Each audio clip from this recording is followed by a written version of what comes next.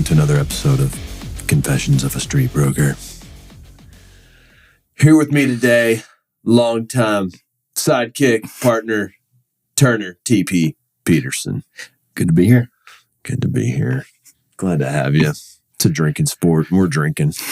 Yes, we are. Oh.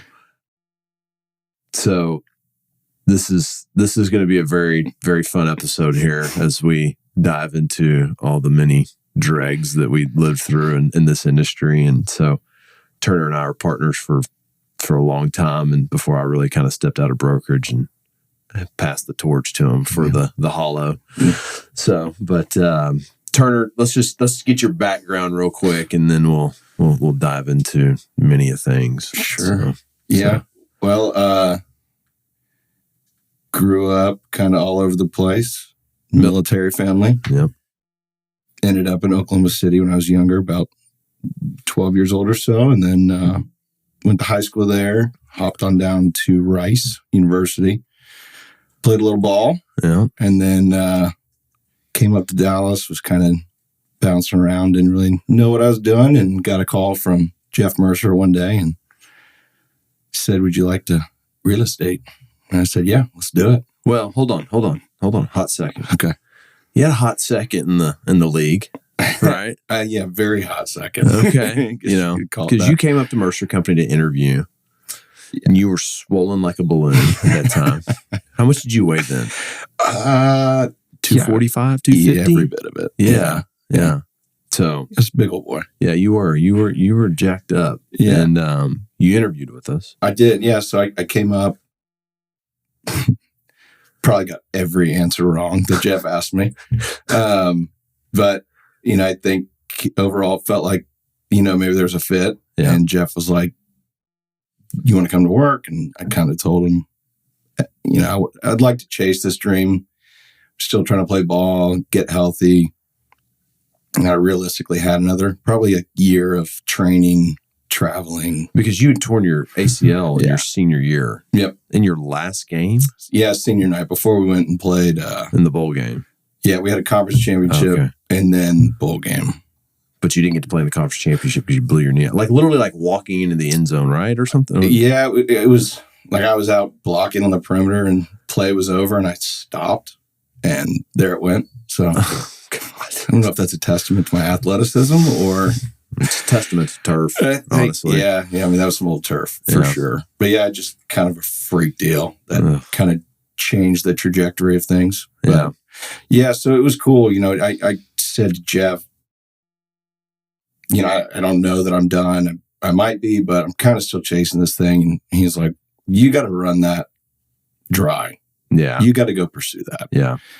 So he pretty much said, "Hey, this will be here when you're done. Yeah. Give me a call." Yeah. So then you leave Dallas. Yeah. I go train. I'm in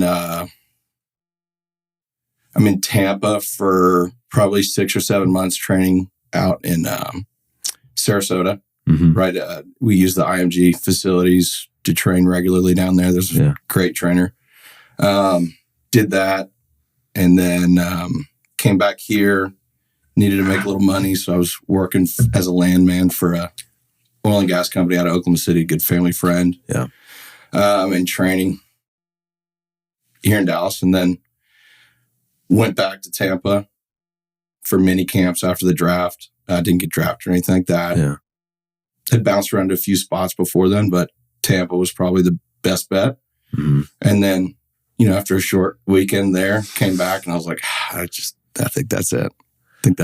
But you do have a claim to fame. The catch? The catch. Yeah. I guess that is, I guess there is I caught Jameis Winston's first pass in the NFL. Yeah. And now if he was, NFL MVP, that'd probably be pretty dope. Well, he's playing now. He got thrown in the game the other day. Yeah. So yeah, he was a character, man. Yeah. It was funny. It was a interesting 4 days in Tampa or whatever it was. It was wild. So that ends. Tampa cuts you. Mm-hmm. Come back, pick up the oil and gas deal again. Let's go back to when Tampa cuts you. Okay. Are you like, this is it? I'm done? Yeah, like you just kind of get to a point where you're like, dang, like go to one place, you're there for 4 hours. You fail a physical, you're out. You're coming back. Yeah. You go up somewhere, think it's a great workout, come back, after a day. They're like, it's no. Yeah. And then, I was at Tampa and like I was getting great opportunities and getting good reps and stuff like that. And when it was done, I think I just kind of gotten to my point where I was like, it's time to kind of move on. Yeah. That felt like it was the best chance I was going to get at the time. Yeah. And like, I never wanted to go play like Canadian or anything like that, which maybe I should have considered it, but I mean, it just wasn't for me. Yeah. So when it just kind of came to a point, I was like, I talked to my family and thought and prayed about it. And we're just like, that. Felt at peace with it. Yeah. And I wasn't at peace, but I was like, I'm done traveling. I'm done doing this. I think tell me if you experience this, but I think the worst part of that is next year. When everybody's like starting, because I think in August, no matter what age you are, you still identify as a football player. Yeah. If that was a big part of your life. 100%. Yeah. I mean, like going into like camp and you're watching like Hard Knocks, and I think, man, that might have been the year Tampa had Hard Knocks. Yeah. And so like I'm watching it and like I was there with you. Like I was with you, dude. Like what are you doing still there? Yeah. Like it's crazy. And then you play against a bunch of dudes all these games throughout your career, and like you get to know dudes that are out there and seen them play, and you're like, dang, maybe I could have done that. Yeah, maybe I'm right. And then that next year, you're like, I think that really messes with you. That next year, for sure. I think after that next year, you kind of accept it a little more that it's over, and the what ifs start fading because you're like, well, I already threw a year away. So like getting back into this is, me and Tammany and the kids went to a tree farm the other night to get our Christmas tree, and this young high school kid is like really, really nice, really helpful. And he looked at Barrett, he goes, and Barrett had his Walnut Grove High School football t-shirt on. He goes, hey man, you go to Walnut Grove? He goes, yeah. He goes, you play football? He goes, yeah. He goes, what grade are you in? He goes, I'm a freshman. He goes, oh, okay, man, awesome. I was like, where do you go to school? He goes, oh, I go to McKinney. And McKinney they were like 13th in this nation this year, or in the state or something. They had an incredible team. Well, they had just lost their playoff game the previous week before. And it was the same day. That same day we went and earlier that day we had gone and watched Prosper lose to North Crowley at the Star. And I was just talking to this kid, and I could just see in him, he was a senior, and I could just see in him that like he doesn't understand it's over for him. Sure. And it's not going to hit till next year. But God, you could tell that kid loved playing football. Totally. And I was like, God, this is such a short time period. And that's what, last year, when Barrett tore his ACL, he was kind of removed from football because he couldn't do anything for so long. Yeah. And he was just like, hey, I don't think I want to play football anymore. I'm like, no, bro. I was like, you got 4 years left of this. Yeah. Like, maybe. Yeah. If you don't get hurt again, you got 4 years left at best. Chances of you being a Division I athlete are very slim. So like you're playing Texas high school football. Yeah. So anyways, it's and that same day, how many kids on that field for Prosper? That was it. Yeah. That was your last game, man.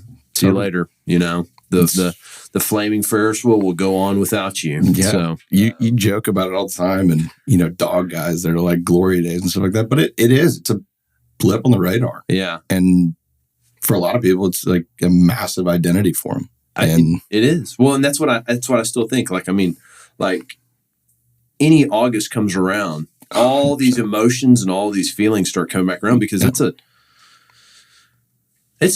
is not anywhere near actually going to a real war, but it is like, it's a pretty physically daunting task. Yeah, and, for sure. And it, you do risk, body and limb doing it.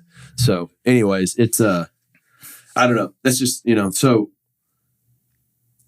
you're done in Tampa, you make peace with it. Mm-hmm. come back to Dallas, or go back to Oklahoma City. Or are you in Dallas being a landman? Yeah, I was in Dallas. I was kind of working like southeast corner of Fort Worth. Okay. So like Crowley, Everman, all that south of 20? Yeah, rough. Okay. Rough. Yeah.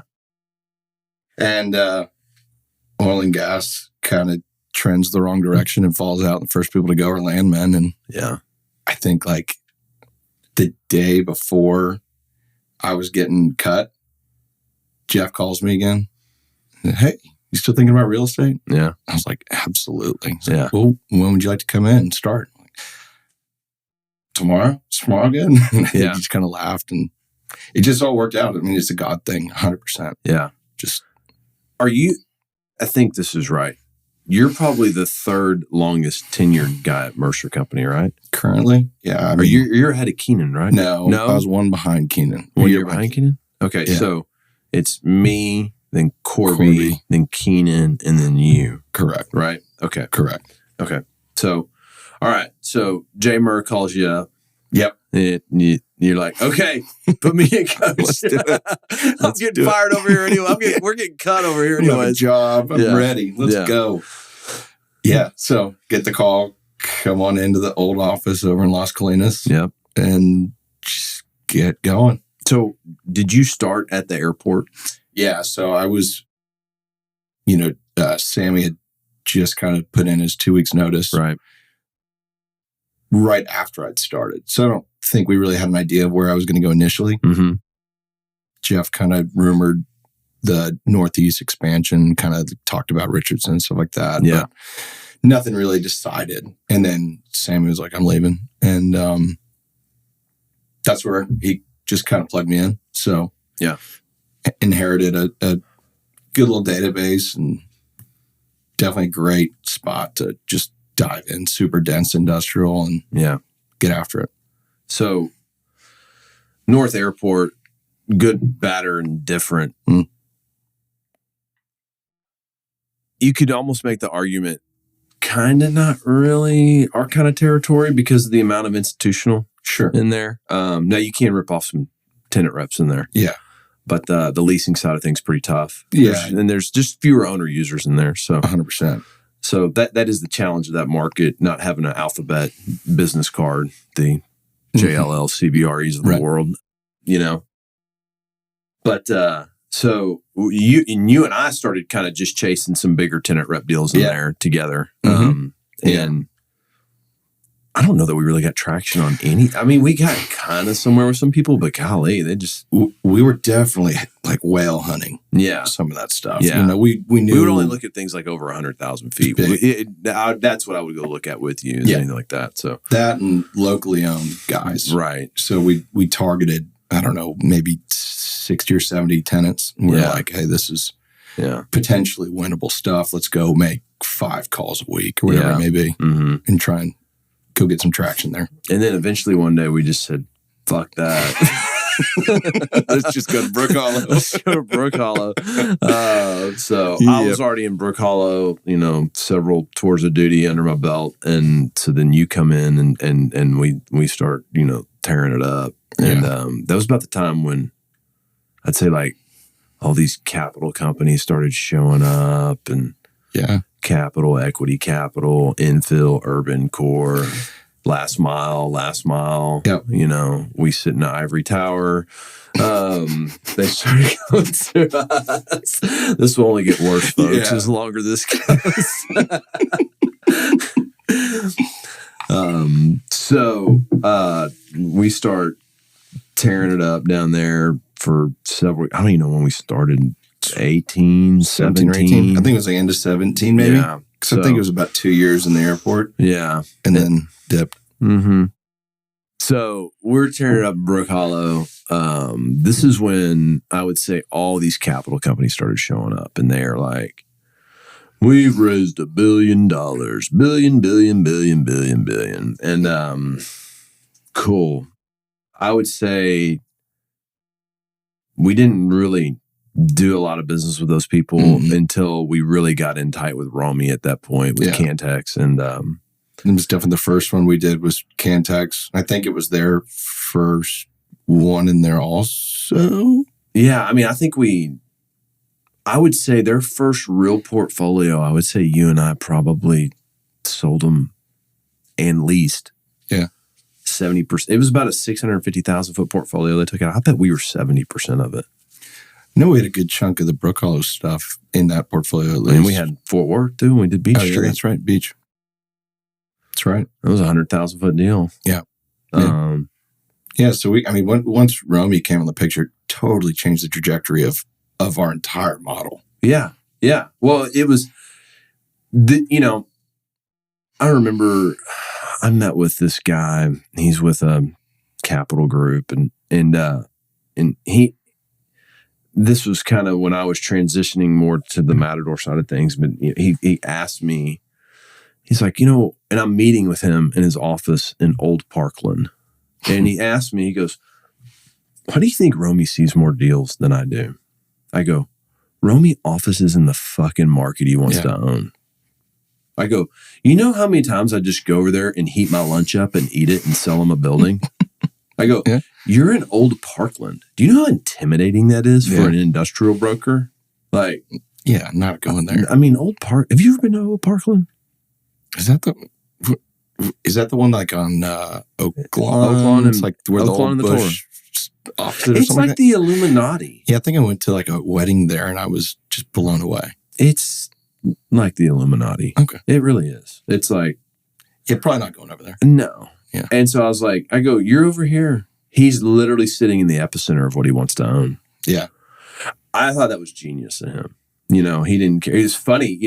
Romy actually moved in. His first office was Mercer Company's previous first office. That's Mercer Company opened in that building. Yeah.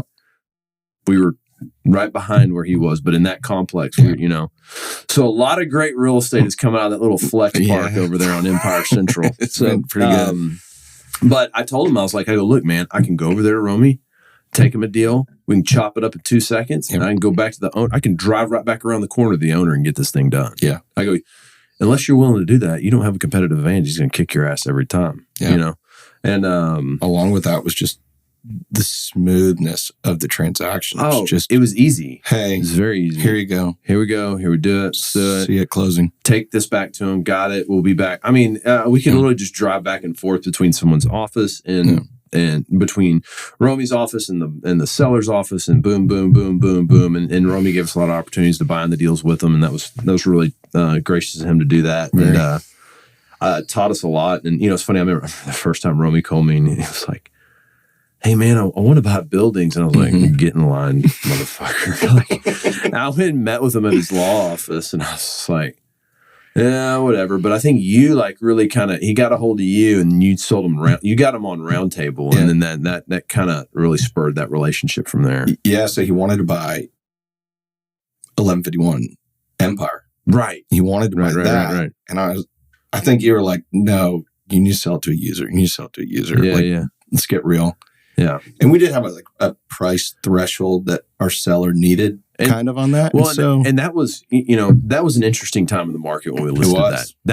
That was when, man, the things started going up and to the right, but it was at the very beginning. Totally. And it was, I remember that listing presentation, we're sitting there and he's like, what would you list this at? I go, well, your buildings were low 70s a foot today. Yep. I go, but by the time we list it and market it, it's going to be worth like 83. Yeah. So we better just jump it. So I think we listed at 85 and we transacted at 80. Yeah. I kind of remember that 80 number being. Yeah. It had an 8 in front of it, which at the time was like, we're setting some records, Big. Yeah. I don't remember who it was, but there was another broker that spent some time down there, and he called me and he said, what are you asking for? I go, 85. He just laughed at me. Yeah. Well, we got it. But yeah. No, David Gwynn showed up with somebody. Gwynn. Made it work. Yes, we spun that off though. And Romy's like, well, do you have anything else? And I was like, yeah, if you look down this Governor's Row at the end of the street, we Jeff got that Van one. Whip. Yep. Yeah. Yep. So, and he had a tenant in tow, right? He had TJ in tow. Romy had TJ in tow, yeah. Mm-hmm. So that worked out. And then we leased the other side. And we got a listing from Jason and Larry Mosier for the lot next door. That's right. We did. So Yeah, that was kind of it. So so people that are listening to understand this is kind of an interesting concept, but I think kudos to Jason and his dad for recognizing this, that we had a listing. Jason owned an adjacent lot, really nice lot, like fenced, paved, all these things. Well, it actually added a ton of value to the adjacent building if you could put it all together. Right. And then instead of Jason listing it, he called us and was like, hey, we want y'all to list it. Yeah. And, and Jason was probably our top competitor down there at the time. No doubt. And, he's like, y'all are the best fit for this. So, totally. So we listed it for him, then we ended up leasing it. Yeah. And I mean, and it made the deal. That's what made the deal for that tenant. That tenant needed that parking requirements. Honestly, what made the deal from a sale and lease perspective, because if you look at that building without that lot, it's not a multi-tenant building because your loading's not there. No, it's not. It's all on the other side. So we had to take the fence down, cut a concrete drive into it, but we married it and made it work. Yeah. And so that was the first building we sold, Romy, right? Yeah, that was it. And then it was, that's where it got going. Yeah. And so, anyways, it took off from there. I want to talk about probably the most badass real estate deal of all time. And I'll put it up against anybody's fucking real estate deal that we did. And that's the Mary Kay deal. Yeah. Yeah. I'd love to do another one of those. That was awesome. That was crazy. So you call me one day and you're like, dude, I'm on Carpenter Freeway right now, and there's this guy standing in front of our. I don't even remember. What do we have? I think we have one of Bryant Rathie's buildings listed. It was 7900 John Carpenter or 88 Facade. Okay. So he calls us and is like, "Hey, I'm standing in front of this building. I want to buy industrial down here." Yeah. We're like, "Okay," and you're like, "Hey, this guy's kind of for real. He's not. It didn't seem like a fund or anything. He was just a guy." Yeah, and is this guy named Gerard Keating. And yeah. So I run down there and we go throw him in a bunch of buildings real quick. He's a former broker. Mm-hmm. Like, I would have loved to see him as a broker. I bet he was a fucking animal. He was probably Mad Dog for sure. And this guy's from Nebraska. Awesome dude. But he was like, I want to buy something big. And I was like, dude, there ain't nothing big down here. There's probably 10 buildings above 100,000 feet down here. And but that was, at the time, the Mary Kay plant on Regal Row. Humanetics had purchased it, and Mary Kay was leasing it back with the intent to move out of it, and Humanetics had the intention to move into it. I had a relationship with Humanetics from the metal manufacturing days, and Robert Hasty, the president of that, he was always a very gracious guy with me and would always just, even though I was a competitor of his, I was a lot smaller, but he would always give me a lot of just advice and all that stuff. And he... So I was like, well, I know they're not using the annex building. And the annex building was 135,000? 32 or 36, yeah. Yeah, 100 something, 30 something thousand feet. And I was like, I know they're not going to use that. And maybe they'll sell it. And so I reached out to Robert and I was like, hey, man, are you going to lease that? And he goes, yeah. I go, well, can I interview for it? And he's like, well, no, Bill De La Chapelle's my guy. And I said, okay, cool. Well, you want to sell it? And he goes, no. I go, well, will you look at an unsolicited offer? And sure. So you and I submitted him an offer at $65 a foot. Yeah, sounds right. And he got pretty interested. Real quick. Yeah. And so we ended up getting it under contract. Well, and, I guess I credit Gerard for this. He lit a fire. Man, he fucking wore us out. But it worked. It worked. So what he did, and it's funny now being on my side of things where I do the same thing now to people. Yeah. All my listing brokers, I call them every Monday and I'm like, what's going on? They're like, let me make up some stuff that happened last week. A lot of promising things going on. Yeah, it's looking great. So, but he was like, I ain't closing. I'm not closing unless you find me a tenant. I'm not taking the risk. And this was like, it might have been like a 45-day look. with 15. This was like day 20. Yeah. It was it's like his personality flipped. Yeah. He was like, I'm in. And then he wasn't. He's like, I can't close this unless. If I don't have a tenant, I ain't doing this. I ain't doing this if I don't have a tenant. You better find me a tenant. So, damned if you didn't go fucking run up to the Lone Star Electric and find it. I mean, we were out pounding it. And you know what's funny about all that? So you and I sit down, we're like, okay, who's the top brokers that can bring 130,000 foot tenant to Brookhollow, and achieve the rates that we told this guy that we think this thing leases for and all that stuff. The first call I made was Mark Miller. Mm-hmm. And I was like, you probably got somebody for this. Agreed. And he's like, no, don't have anybody for that. Okay, cool. So I'm just saying that because this comes up later in the story. Yeah. So Turner runs up in Lone Star and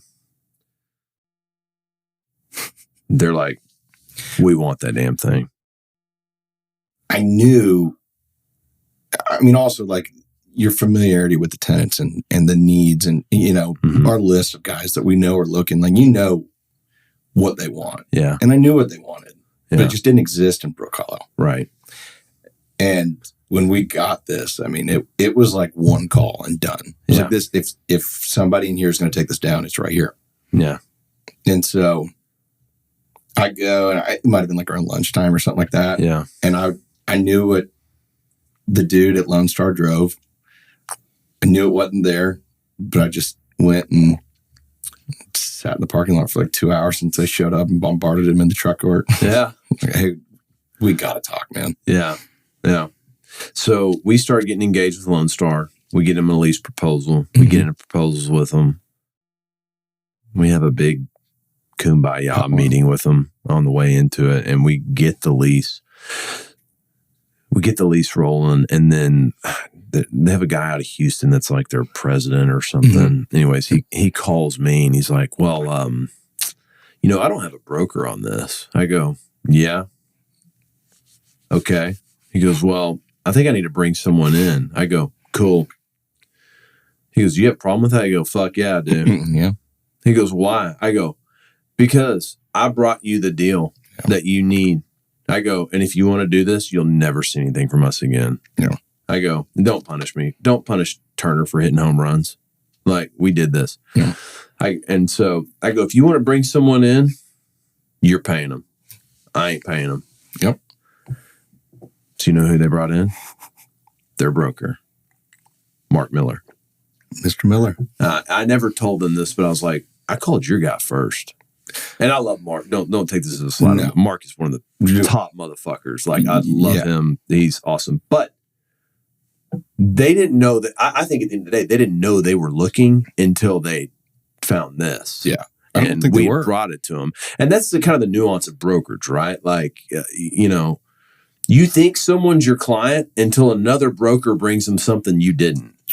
For sure. And then guess what? The knife comes out. Yeah. It's very rare that you have the control where they're like, call this guy. Yeah, this is my guy. No. They will step over you like a dead body in the street and go right on to the next thing. So they agreed to that. So they brought, I was like, hey, they go, hey, we're going to bring Mark Miller in. I go, hell yeah. I love that. I go, but I ain't paying him. Yeah. And they're like, cool, we got it. We'll pay him. Yeah. And so I was like, I felt great about that. I was like, if you bring Mark in, Turner and I will get this done. Because Mark is a deal maker.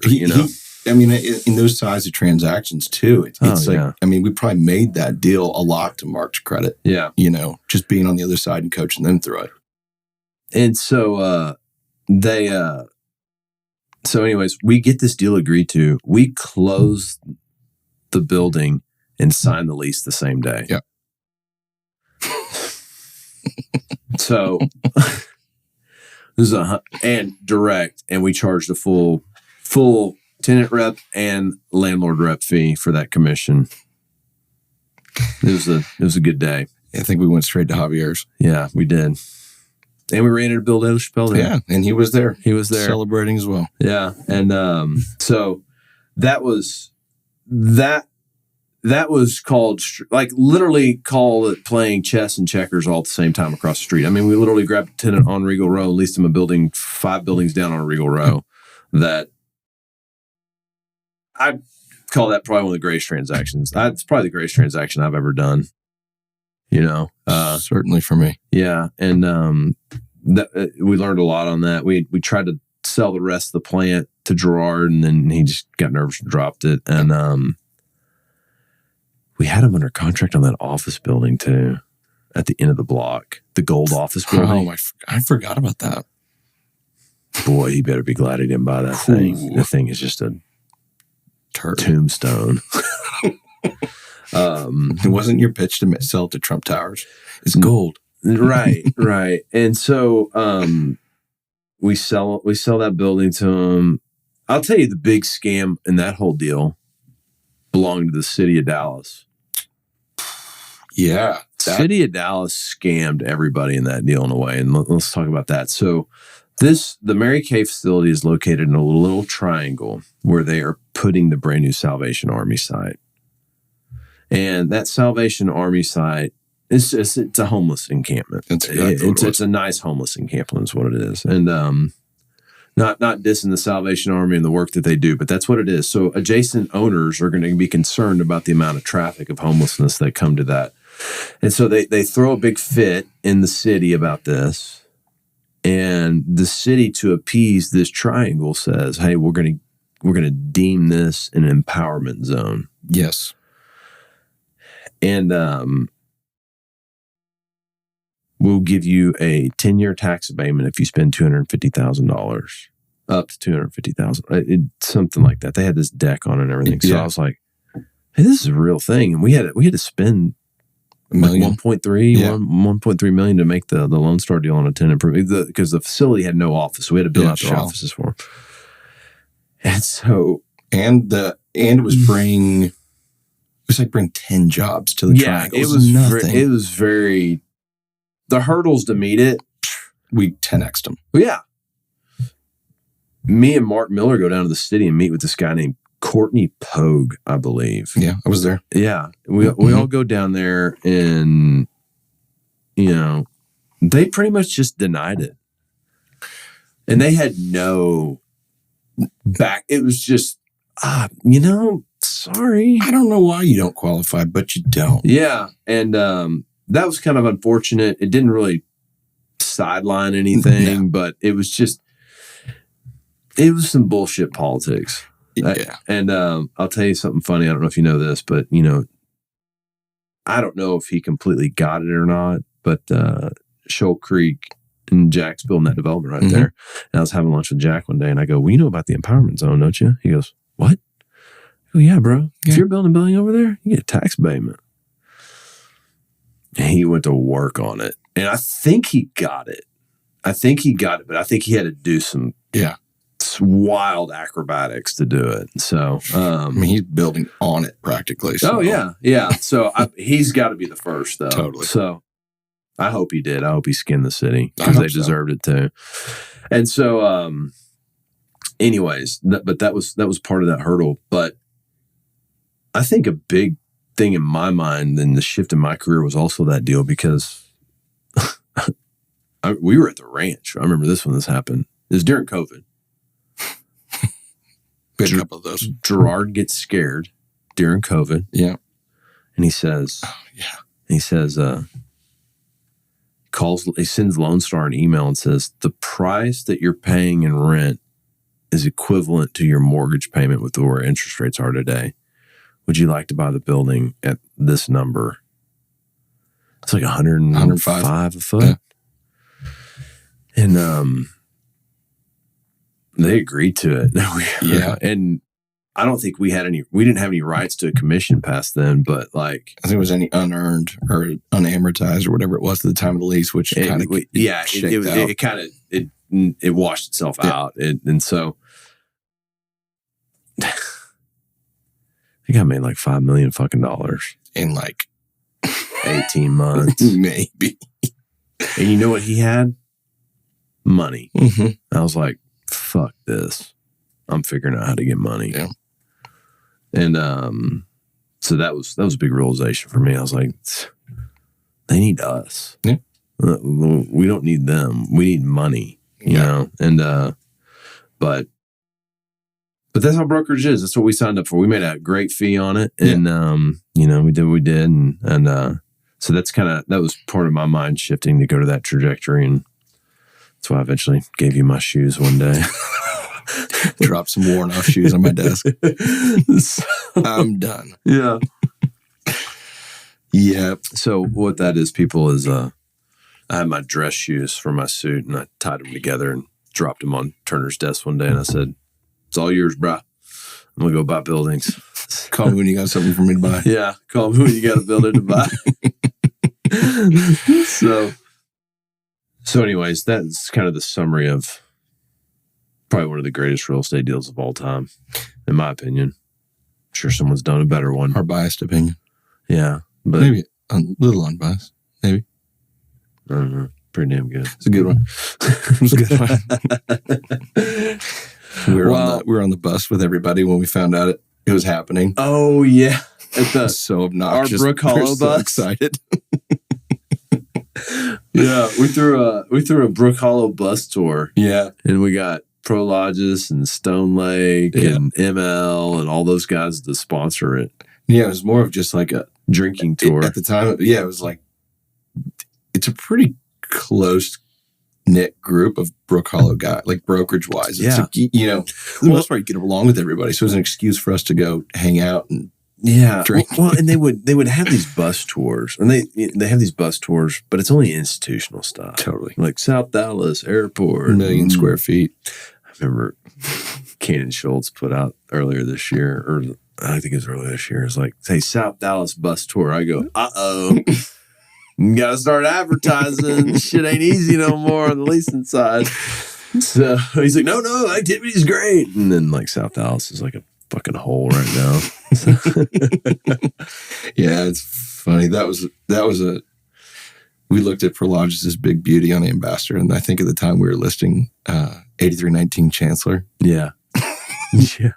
Come walk this 12-foot clear. Y'all want to see a 12-foot clear piece of shit? The copper's been stripped out of 4 times. Yeah. We got fired from that listing. Mm-hmm. Yeah. So let's talk about that. Let's talk about that in general. Like, I don't think, you know, the sentiment of brokers sometimes is very, very bad. And I don't think a lot. I mean, like on the industrial side, like, I'm sorry, office brokers, for the most part, you probably got it pretty easy if you got a good, clean space. But like, man, industrial, I remember during COVID, everybody starts doing virtual tours of their building and these pictures. And even the institutional people's buildings still look like shit on camera because it's a warehouse, right? Yeah.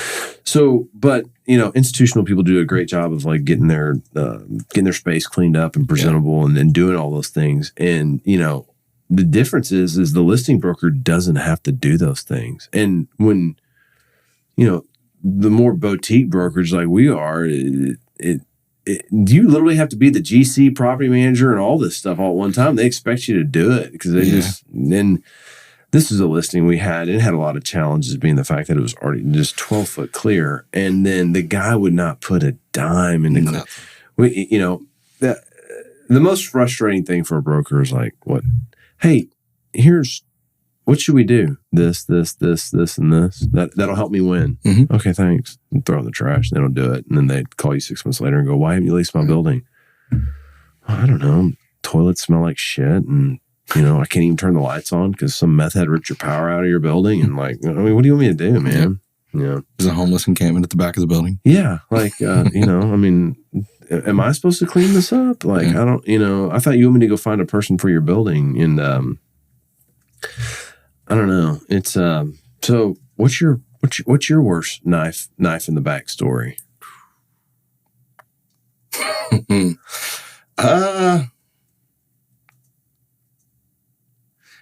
know, that one really is like a sour memory that I can really think of. I mean, if we sat here for a couple more hours, we'd probably have 100 of them. But that one, just because we literally gave them the recipe to sell it, And they told us, no, do it anyways, do it as it is, and got hit by copper thieves. Then the subsurface plumbing exploded. Yeah. Gallons of water gushing out of the dock doors. Yeah. I forgot about that. I remember where I was when I got fired on that listing. I was literally on I-30 heading into downtown eastbound. And I got that email. And I remember I just picked up the phone and called you. Where I was like, man, fuck these people, man. Like, seriously? Yeah. Like, I think you're like, well, you're going to pay me a construction management, or you're going to give me some kind of a fee or something like that. Yeah, I was like, you need to pay me something. We've like literally ran this project because this investor that owned it was out of California. Yeah. And I was like, or give me all your equities names because you failed. That one was bad. That was pretty bad. And then, they're calling you for your expert advice. Mm-hmm. What now what's it worth? Now what's it worth? What's it worth? And we're like, dude, it's been worth $40 a foot or $30 a foot or whatever it was. Yeah. It was worth the offers we got you. Yeah. We got you 3 offers at this. Yeah. The market told us what it's worth, no matter what you think in your mind. So that's an interesting thing, right? Like sellers don't necessarily believe the market. And at the end of the day, the market is what the offers are. Yeah, totally. This is what it is, man. Like, yeah, it's not, there's a bid and there's an ask, and the bid and the ask come to a certain point. And then when they come to a point, that's the market. It's not what the dude down the street sold his building for. And the other thing is, too, is you got to realize these buildings that we sell, they are not like selling a 3-2 in Bedford. No, they're not cookie cutters. They're not cookie cutters. They all have different features, different loading, different power, different clear heights, different compartmentalization within the building for certain things that work for some people that don't work for others. And I don't know. I don't know where I'm really actually going with this, but at the end of the day, it's 160 foot here is not 160 foot here, or 70 foot a foot here, because it's 2 buildings down is not $70 a foot here. No, but that number in their head, once they hear that, oftentimes it's, well, this is what I should get too. Well, the interesting thing to me is that you make these calls on these people, and you demonstrate that you are the market leader for those things. And at the end of the day, they tell you what to do. Yeah. They hire you for your expertise and guidance, and then they tell you what to do. Yep.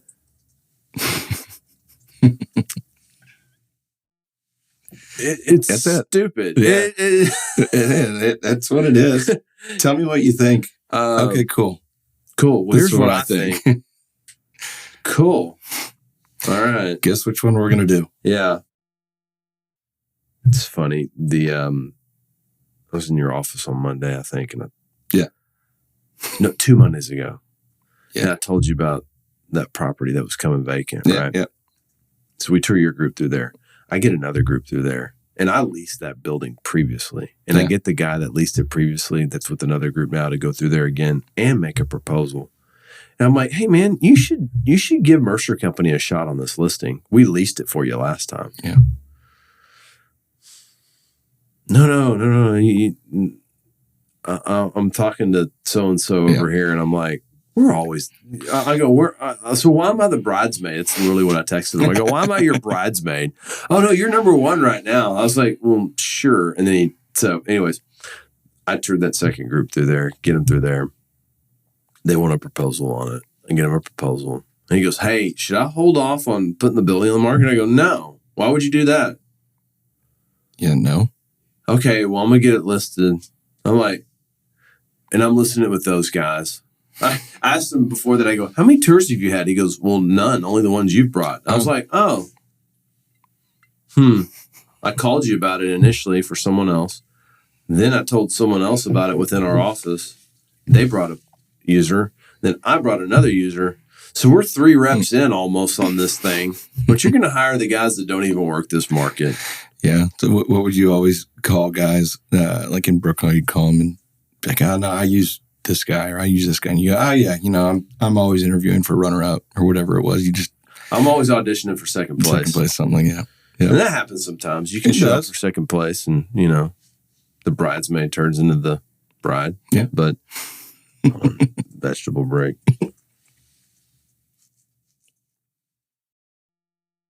But I think some people think that the fees we make are ridiculous. Sure. But Mercer Company's hiring if you think you can do it. Always hiring. So, what do you think the biggest challenge for you has been as a broker?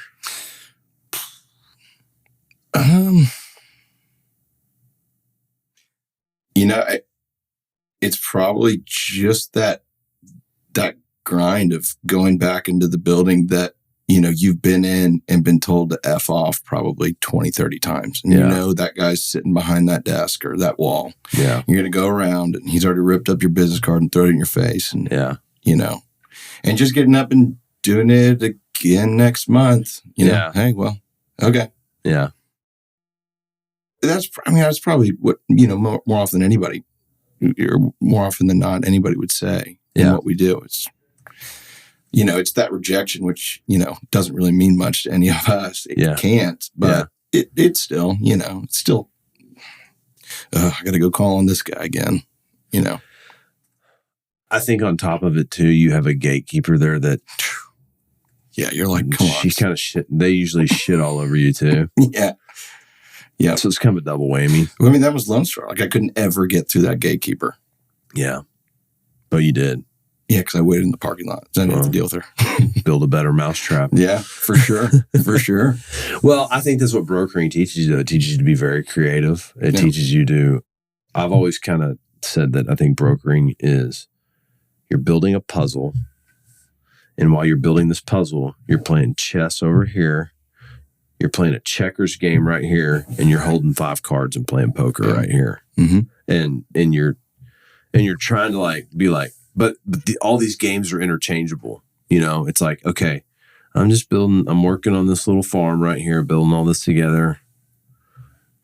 I'm going to hop this guy over here. And then I got to negotiate with this guy over here. And then sometimes I'm going to walk next door and just knock it out, And that's the way it's always looked like to me. And I don't know. I think it's a hard road. It's a long way to the top if you want to rock and roll in that industry. Yeah, for sure. For sure. So,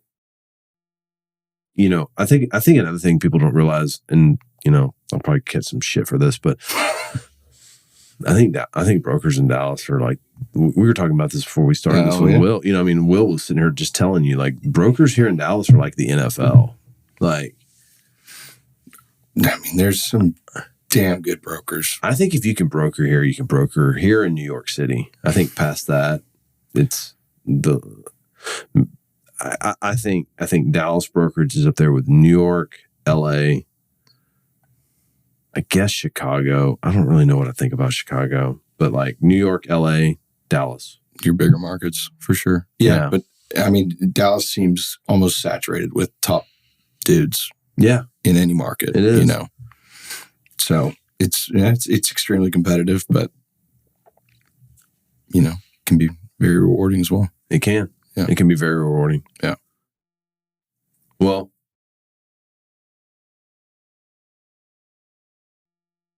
what do you think 2024 looks like? I don't see the bloodletting starting to happen. I feel like any bloodletting that's happened has happened. And like, okay, we're coming off the building, $20 a foot or whatever. Yeah, I feel like I've seen that, but I'm not sounding the alarm by any means or anything like that. Yeah. I don't think we're getting flash sales or Brookhollow's going back to $60 a foot anytime soon or anything like that. Are you right? I think so. So I think their prices will come down a bit. I don't think they will ever dip into the realms that they were. No. But like on your, like what about your tenant rep business? Like, what are you seeing with tenant rep? Well, honestly, are you starting to get any more concessions on industrial, or is there? Yeah, I think, I don't know that I can say it's shifted totally from what has been a landlord's market to a tenant market, mm-hmm. but in more recent proposals and stuff that we're getting back, on renewals where some guys, like Prologis, like you don't get free rent on a renewal anymore. Yeah. I mean, there's deals where you're getting multiple months on a 5-year renewal. Yeah. So Prologis is giving that now, you think? Sure we'll get sued for this. Yeah, maybe we'll talk about them. They're pretty big. No, but I mean, like other institutional groups, like Heinz. Heinz, we were able to get some free rent on a 3-year deal even, and, get some concession on the rate. Yeah, you just completed a deal in Inwood Trade Center, right? Yeah. You just did one, yeah. Yeah, we did that, and, and also, you when the deal points change down the road, sometimes landlords will throw it out the window, but they didn't. Which did they move the goalpost on you? That's what I've seen on a couple deals. Is like the goalpost is ever moving with institutional landlords. Yeah, that happens. That's so fucking frustrating. It's terrible. It is. Yeah, no, it's. But yeah, there's become, if you look at our availables in Brookhollow right now, and you look at just like 15 to 30, which is predominantly the user market down there. Yeah. We've got more options than I've seen that are like actually available. Not like, hey, this one's coming up, or like it's could actually be available. Totally. Like you've actually got that vacant. So leasing, what's funny is now that I buy all these buildings, I don't really buy in Brookhollow. And that was like home base. That was my sandbox. Yeah. But don't you think that might be part of it? It's like, dude, I was selling stuff for $25 a foot. Right. Well, it is. It is. It's like, I can't mentally do that. I get it. So that's tough, right? Totally. But it's such a good product. That's the other tough part. It's like, man, it is. I'd love to get in there. The other side of it is too, is like, Romy wants to own all that. And like, you know what, man? Fist bump, bro. Yeah. It's all you. I'll go somewhere else. There's enough buildings to go buy. There's a lot of buildings. There's a lot of buildings. Yeah. I mean, you and I talk about it all the time pretty regularly, where it's like, man, that was like, you were going from like, taking this guy on Chancellor to sovereign to whatever, diplomacy. You were just shuffling pieces on a board. Yeah. These users. Yeah. Joe Schmo would move every 4 or 5 years because his business model would change or he'd grow.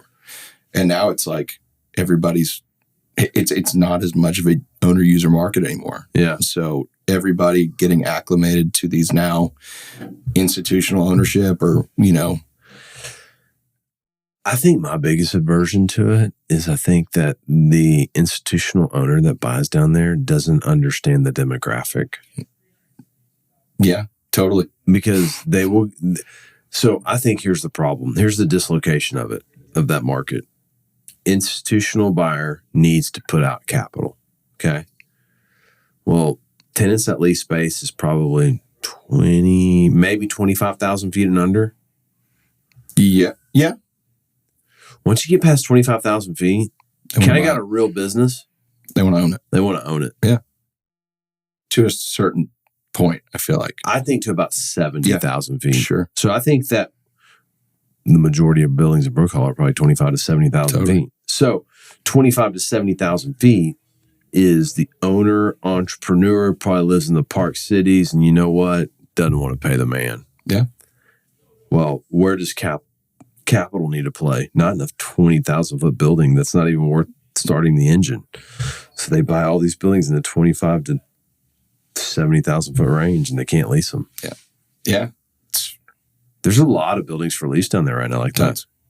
That kind of happened with Design District. Design District sold a bunch of buildings. Then they tried to lease them for $15. Yeah. Dude, I looked at, I think it was in 2021. You know what the vacancy rate on Design District was? 15%. Yikes. Redbird was not at 15% during the great financial crisis. When you could buy buildings in Redbird for $15 to $20 a foot. Gosh.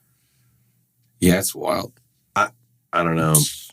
Be careful on the leasing assignments you take. Yeah, I mean, yeah, I totally agree. And it's hard, you go in and pitch for some of these, and I'm getting priced out on multiple of them. Where That's okay. No, exactly. Yeah. And now they're sitting on the market. But that's kind of the spiel. It's like, I don't want to just throw a big number at you to get an assignment.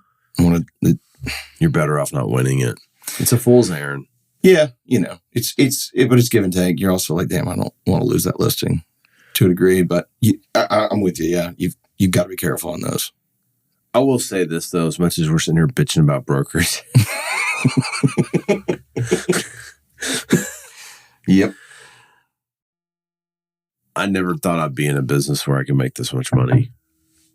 It's an incredible opportunity for those that are willing to do what you have to do. Yeah. Yeah. So that's the saving grace to it. Totally. And you know what it is? It's probably 90% of your clients are great and 10% of them screw you. And that just really hurts. Totally. Yeah. And those are the ones you really remember too.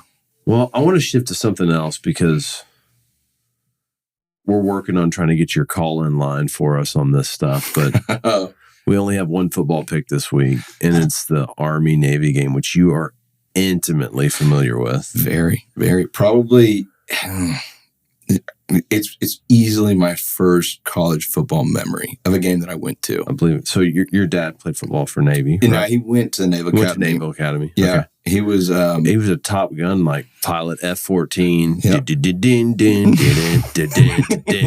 That was him. Like Kenny Loggins, like when Nels walks in, Kenny Loggins just starts playing.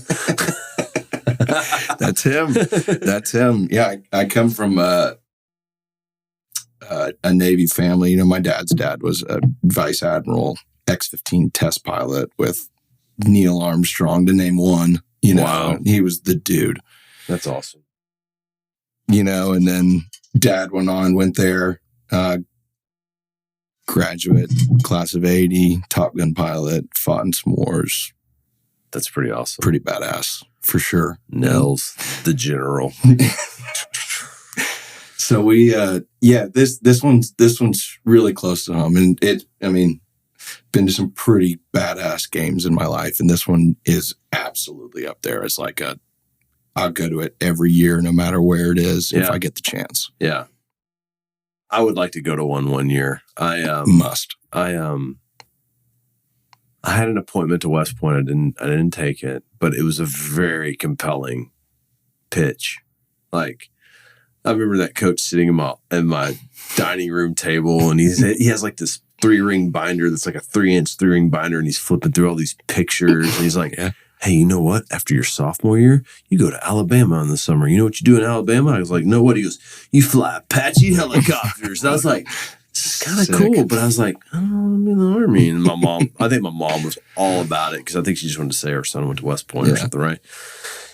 So it was I just came to the conclusion that I was like, you can leave at any time, but I can't. Yeah, sure. And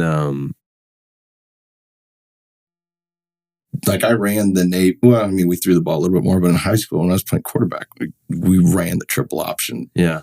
And just murdered people with it. You know what's interesting? Navy changes coaches, but they don't change his offensive schemes. Well, are they required to run that offensive scheme? Well, Ken, however you say his last name, the Hawaiian guy, he was there for a while. Mm-hmm. He was there for a long time. Why'd they get rid of him? Like, what are they like? Oh, we need to compete for national. Yeah, right. I don't know. I think it was probably like a little bit of a mutual, like, hey, it's been a great run. Yeah. Maybe let's get a little breath of fresh air in here. Sure. So they had a, but they're running the same offense totally. Again. Yeah. I don't know. Because Air Force, like, I don't follow Air Force as much, but I feel like they throw the ball around a little bit more maybe than Army Navy do. I don't know.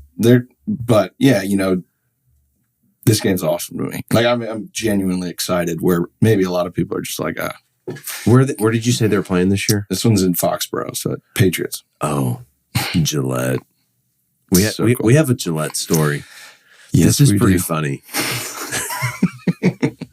This is pretty funny. So Mercer Company had a sales contest, and it was get as many comps as you could. Yeah. Yeah. So it's like cheating, but It's not cheating. I won. You did not put it in the fine print. We could not do this. So it was get as many comps as possible. And at the time, there was 2 portfolios selling in Brookhollow. So I got the OMs with all of the comps and the lease expirations. Yeah, it was like comps and lease expirations. Yeah, it was comps and lease expirations. And I think it was like, I had like 50 and the next one behind me was like 15. Maybe. Yeah. So, and the prize was you got tickets to go to the New England Dallas Cowboys game in Foxborough. That was a fun trip. And so you're like, I didn't win, but because we weren't together at the time. It was Brookhollow. We weren't together at the time. I think I went to Jeff and I was like, yeah. Hey, I want to go to this. I'm going. And so me and Jeff go to Foxborough. Oh, man. And we stay in the casino and we go to the game. We take an Uber there and we hear some wild stories from our Uber driver on the way there. I don't think this podcast is rated for that. And Wild. And then we sit in the freezing rain and watch the Cowboy game. And but it was cool getting to see Brady play at Gillette in the winter.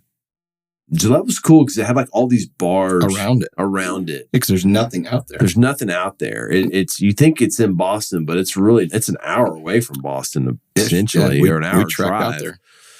And that was a fun trip. It's funny. I was literally looking through my photos last night, and I saw that picture of us 3, like just sitting there, like in front of Gillette, and that was awesome. That was a good game.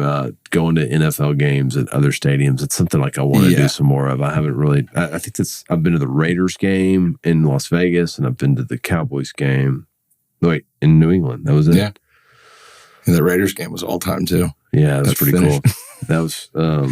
That was sick. It's funny. We went to the Raiders game last year when we were in Vegas, and I go downstairs to go buy a Raiders sweatshirt, and I'm standing next to Sin Dog from Cypress Hill in line. I was like, "You're Sin Dog," and some other guy recognized him. I was like, "You sang the Rockstar song."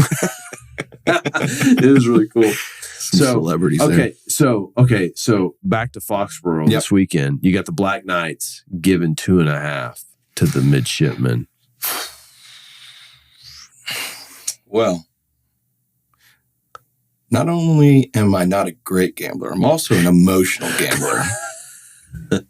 So take one guess where my money's laying. Oh, you're going with the midshipmen. I am. I was kind of just digging through the stats because I assumed we were going to talk about this. Mm-hmm. And there's not only,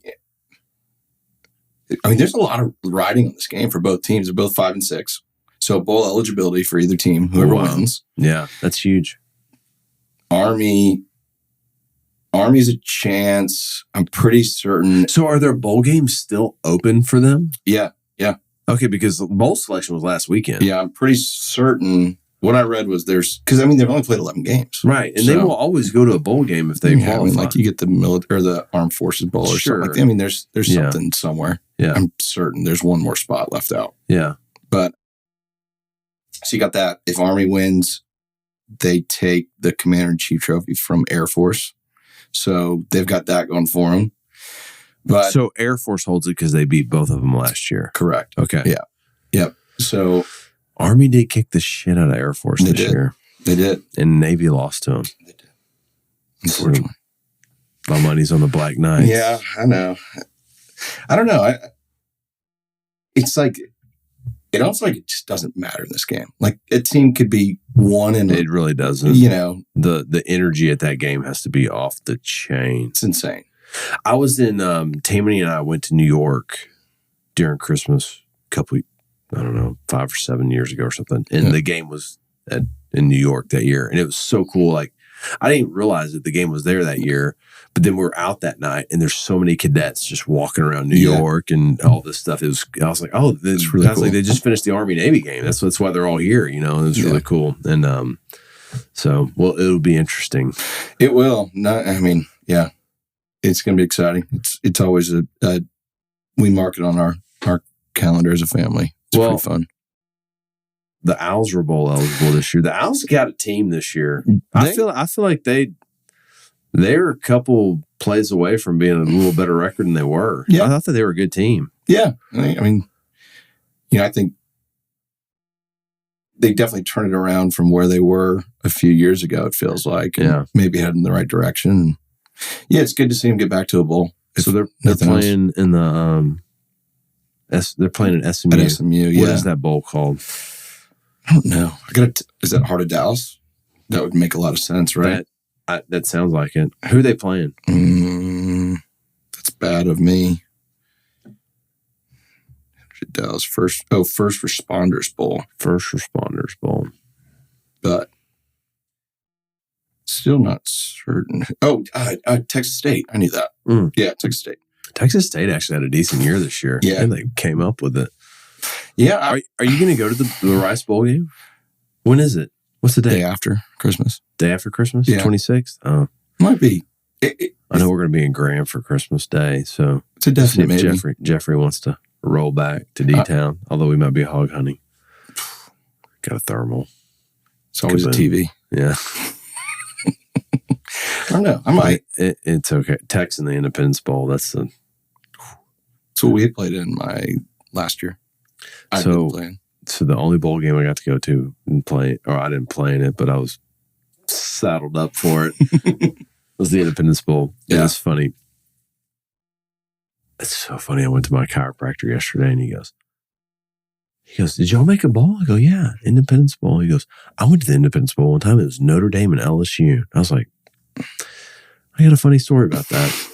I go, so you went to the Independence Bowl in 1997, didn't you? He goes, yeah. I go, well, we went in 1998. And so when we went to the Independence Bowl, I was too young to go to the casinos. So we took our per diem and just threw dice in the hotel room. Oh my gosh. But so we were at practice the next day and the older players were there and they're like, yeah, we went to the casino last night. We were sitting at the table and someone goes, hey, who's playing in the Independence Bowl this year? Someone goes, it's Texas Tech and Ole Miss. And someone goes, wasn't it Notre Dame and LSU last year? And they go, yeah. They go, man, this bowl's really falling off. Dang it. I was thinking that was, we were the Liberty Bowl my last year. I was thinking Shreveport. Is that Memphis? Yeah, Shreveport's Independence, right? Yeah. Yeah. It's a gross town. Ooh. Sorry, Ooh. Shreveport. Sorry, Shreveport. I remember we had a bus that would take us on a run to a restaurant if we want to go to a restaurant. And my old roommate, Paul, he ordered some bread pudding and they didn't bring it in time. So they gave it to him to go. And we get on the bus and he takes one bite and they poured vinegar all in it. He was like, hey, taste this. Oh, I was like, just throw it out the window. So, no chance. Well, yeah. So it's a light college football weekend, but bowl season's coming up. Well, I think we just bring this thing home, but very fun. A lot of blood, sweat, and tears we've done together on the brokerage battlefield. Fun to reminisce. Absolutely. So it's been fun. I'm I'm feeling pretty good right now. Definitely. So, well, TP, cheers. Cheers. Thank you for coming on. Yeah, thanks for having me. We'll have you again soon, of course. Probably regular guest during football season. So, anyways, thank you for coming. Yep, thank you.